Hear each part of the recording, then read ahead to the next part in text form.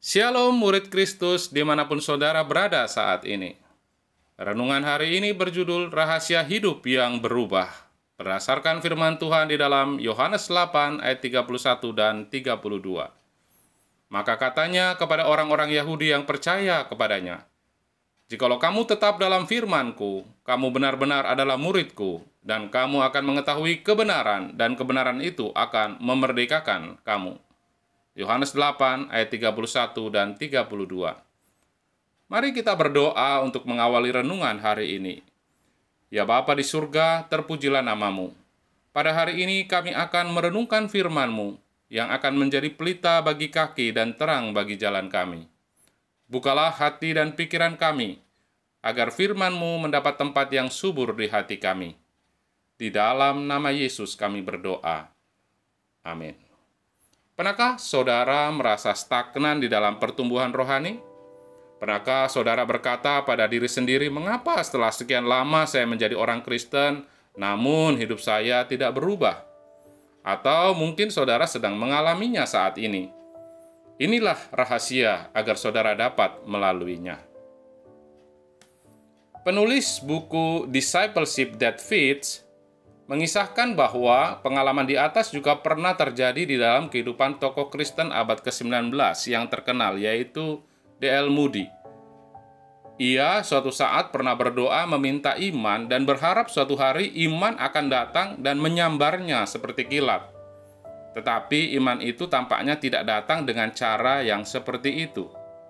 Suatu hari ia membaca Roma 10 ayat 17.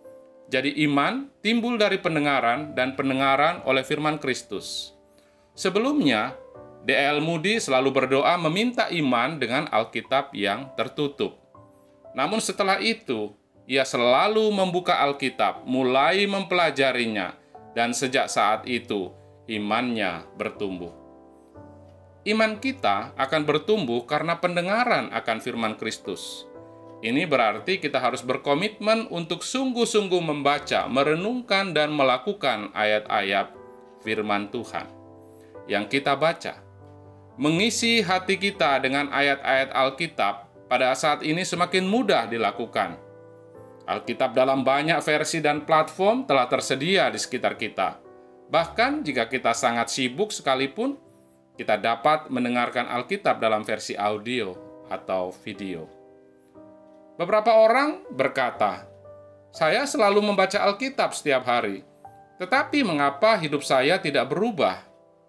Di dalam Yohanes 8 ayat 31 dan 32, Yesus berkata, "Jikalau kamu tetap dalam firman-Ku, kamu benar-benar adalah murid-Ku, dan kamu akan mengetahui kebenaran, dan kebenaran itu akan memerdekakan kamu."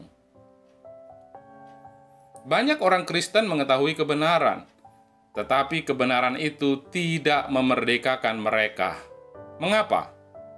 Yakub B. Susabda PhD di dalam bukunya Mengalami Kemenangan Iman mengatakan bahwa hal ini terjadi karena banyak orang Kristen seringkali mengcopy-paste atau meniru cara pertumbuhan rohani orang lain untuk diterapkan pada dirinya.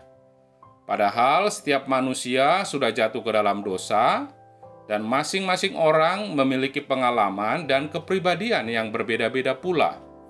Karena itu, beliau menyarankan agar kita jangan terjebak meniru cara-cara orang lain untuk bertumbuh.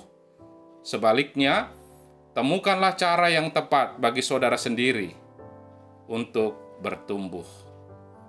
Mengenali siapa saudara dan mengintegrasikan kebenaran firman Tuhan atau teologi yang saudara terima ke dalam realita kehidupan saudara dalam pimpinan Roh Kudus adalah kunci mengalami kebenaran yang memerdekakan. Semoga saudara semakin berubah.